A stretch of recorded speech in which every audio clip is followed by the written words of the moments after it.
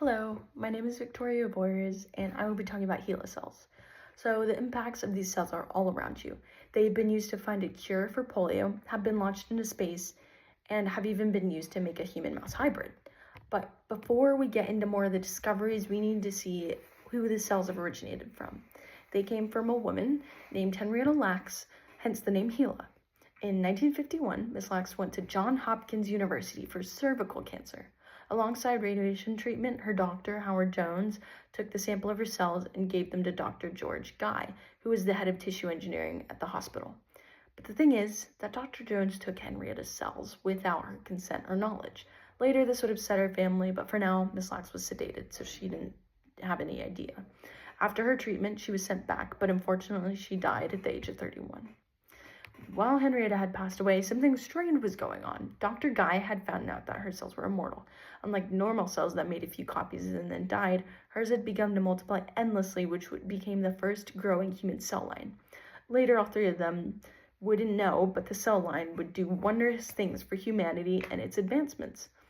The polio vaccine made by Jonas Salk was a huge discovery in its time, and is still a discovery that virtually everyone knows of. Jonas Salk tested HeLa cells to test the virus in massive quantities. This meant that he could conduct his experiments with his vaccines on large-scale trials.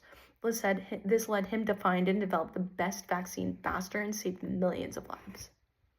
Her cells even went as far into space, or really, to be more specific, low Earth orbit. The cells went up to the Soviet satellite to test the effects on human cells in space. These went up before Yuri Gagarin did to make sure the dangers of space were safe enough for him and to bring back valuable data. Scientists found that the cells, which are cancer cells, divided faster and were more aggressive in orbit. One of the most interesting advancements was that the cells made in 1965 was when Henry Harris and Johns Hopkins took mouse embryo cells and fused them with HeLa cells. The advancements helped the Human Genome Project, which was a 13-year-long project in which scientists all over the world decoded the entire human genome. Ms. Lack's family was now up to date and informed on all her contributions and had been paid and recognized. Even Johns Hopkins has a building named after her, carrying her legacy. This topic is incredibly important and interesting to me because it impacts all my favorite project events that have made humanity more advanced and knowledgeable.